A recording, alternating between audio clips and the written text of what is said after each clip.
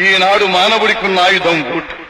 ఆ ఓటును సద్వినియోగం చేసి నీ ఉద్దేశాలను నీవు ప్రతిబింబించుకోవడానికి, ప్రజాస్వామ్య పరిరక్షణకు సరైన ప్రతినిధిని నీవు ఎన్నుకోవడానికి, సమాజ స్థాపనకు, సమాజంలో ఉన్న వ్యత్యాసాలను తొలగించి సామాజిక పరమైన న్యాయం అందరికీ అందజేయటానికి వినియోగించవలసిన పరమ పవిత్రమైన సాధనమది. తెలుగుదేశం జెండానే ఎగరేసి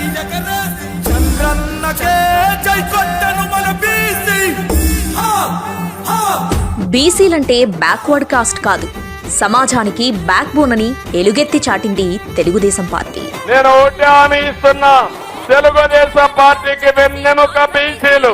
140 కులాలున్నాయి, అందరికీ న్యాయం చేసే బాధ్యత. బీసీ పెద్దగా నా బీసీల కోసం ఒక ప్రత్యేకమైన పాలసీ తీసుకొస్తా. దాని ప్రకారం కమ్మరి, కుమ్మరి, వడ్రంగి, రజక, లేకపోతే చేనేత, గీత కార్మికులకు అందరికీ న్యాయం చేసే బాధ్యత తెలుగుదేశం పార్టీ తీసుకుంటామని హామీ ఇస్తున్నా.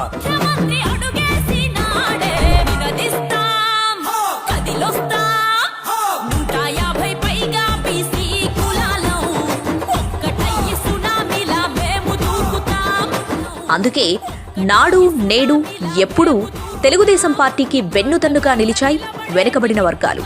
పటేల్ పట్వారీ వ్యవస్థ రద్దు చేసి రాజకీయాలను బీసీలకు చేరువ చేసిన ఘనత తెలుగుదేశం పార్టీకే దక్కింది. ఆత్మ అభిమానం డబ్బులతో కొనలేరు. అది తెలుగుదేశం పార్టీకి ఉన్న కార్యకర్తలు, అది తెలుగుదేశం పార్టీలో ఉన్న బీసీ నాయకత్వం. స్థానిక సంస్థల్లో బీసీలకు 34% రిజర్వేషన్ కల్పించి పాలనలో వారిని భాగస్వామ్యం చేసిన ఘనత కూడా తెలుగుదేశం పార్టీకే సొంతం. బాపట్ల జిల్లాలో 10వ తరగతి పిల్లాడు దారుణ హత్యకు గురయ్యాడు. 4 కిరాతకులు ఆ బాలుడిపై పెట్రోలు పోసి నిప్పు పెట్టారు. తెలుగుదేశం హయాంలో బలహీన వర్గాల ప్రజలు అన్ని రకాలుగా అభివృద్ధి బాటలో నడవగా నేడు జగన్ పాలనలో అంధకారంలో కొట్టుమిట్టాడుతున్నారు.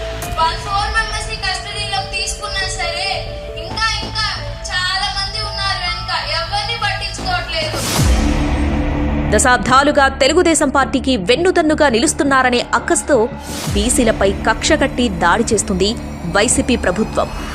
ఈ హత్య వెనకాల ఎవరున్నారో, ఎంత పెద్ద నాయకుడున్నాడో 9 నెలలు ఓపిక పట్టి తల్లి తెలుగుదేశం పార్టీ అధికారులకు వచ్చిన మొదటి 100 రోజుల్లో వాళ్ళని లోపలేసే బాధ్యత నేను తీసుకున్నాను. బీసీలు ప్రశ్నిస్తే దాడులు, నిలదీస్తే హత్యలకు పాల్పడుతూ తీవ్రంగా అణిచివేస్తుంది.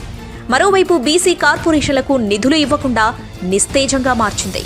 అలాంటి వైసీపీ పార్టీకి బీసీలు ఎందుకు మద్దతివ్వాలి, ఎందుకు ఓట్లేయాలి? ఇప్పుడైతే ఏదైతే ముఖ్యమంత్రిగా జగన్మోహన్ రెడ్డి ఉన్నాడో అతను అప్పుడున్న అధికార పక్షంలో ఉన్న నాయకుడు చంద్రబాబు నాయుడు మీద కొన్ని అభ్యూహాలు చెబుతూ, అబద్ధాలు చెబుతూ అధికారంలో రావడానికి బీసీలకి నేను వచ్చినాక ఉన్న 12 కార్పొరేషన్లు కాదు 56 కార్పొరేషన్లు చేస్తానని నమ్మబలికి పాదయాత్రలో ఒక దొంగ హామీ ఇవ్వడం జరిగింది. ఆ హామీ నమ్మి బీసీలు కూడా ఇతను ఏదో చేస్తాడు అని చెప్పి ఒక అవకాశం ఇవ్వడం జరిగింది. అవకాశం ఇచ్చిన తర్వాత ఈరోజు బీసీలు ఊరేసుకునే పరిస్థితి, ఆర్థిక సంక్షోభం, ఆర్థిక లేదు. ఈరోజు 56 కార్పొరేషన్లు వేసినా ఎక్కడ కూడా నిధులు వేయలేని పరిస్థితి. అందుకే బీసీలంతా సంఘటితమై బాబు రావాలి, భవిష్యత్తు మారాలని కోరుకుంటున్నారు.